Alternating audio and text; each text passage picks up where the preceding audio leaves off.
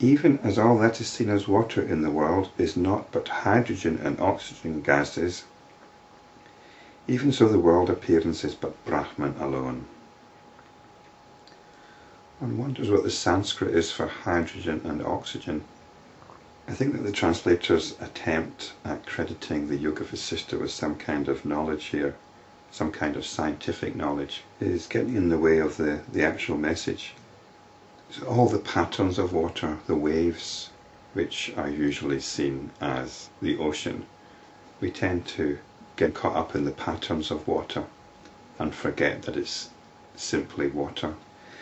And so we get caught up in all the stories, all the patterns of consciousness, forgetting that it's simply consciousness or Brahman alone. The one consciousness appears as the mind, the mountains, etc., even as the multicoloured feathers and the wings of the peacock are present in the egg of the peacock.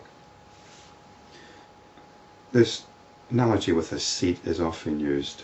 Seeds look quite similar, although I suppose if you're somebody who studies seeds, you'll know that they're very widely different in lots of ways. But the idea is that it's these small things which can sprout into an infinite variety of different shapes. And the same with eggs. We've got an egg which looks fairly homogeneous, it's just an eggy thing, and yet it can grow into something as startlingly beautiful and magnificent as a peacock.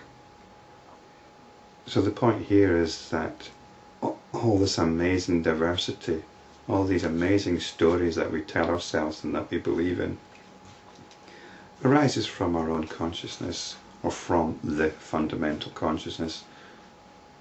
We could describe it as our consciousness, but really it's the consciousness within which stories of ourself arise. This power or faculty is potentially present in the infinite consciousness. Whatever is now seen as the diverse objects of the universe, if it is seen with the eye of wisdom, the eye that is wisdom, then only Brahman or the infinite consciousness will be seen. We can understand everything as the manifestation of consciousness. All this incredible diversity is consciousness unfolding. It's a stream of creation that is happening moment to moment.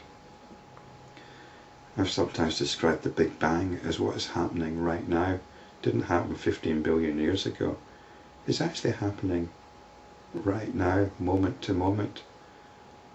Even in the silence, the word bang maybe doesn't help much, but it's a bang, an explosion of creativity that is going on from moment to moment. The infinite consciousness isn't something remote. It's something which is shouting at us saying, "Here I am. Hello."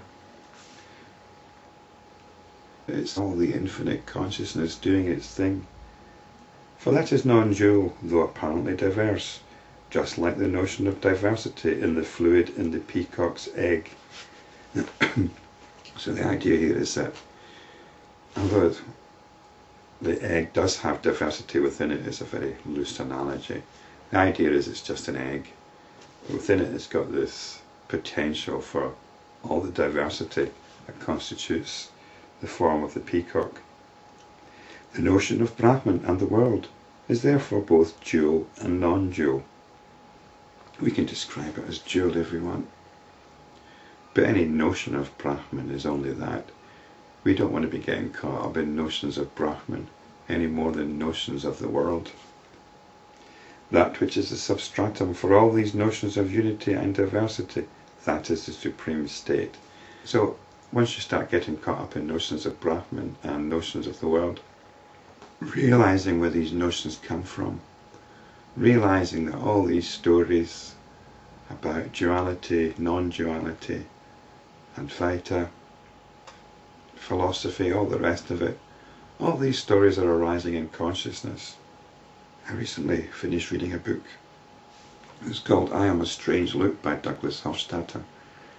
He was exploring notions of consciousness and identity. But he was very keen to develop some story for consciousness. And yet, this is consciousness doing this.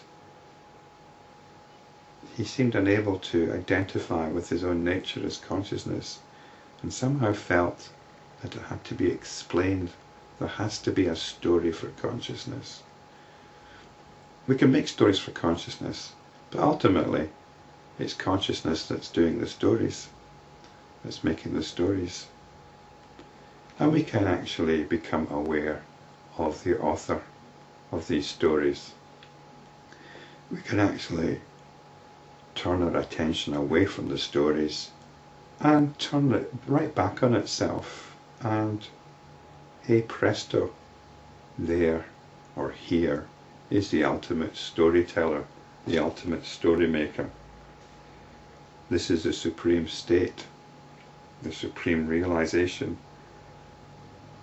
The infinite consciousness pervades the entire universe, and the universe exists in the infinite consciousness.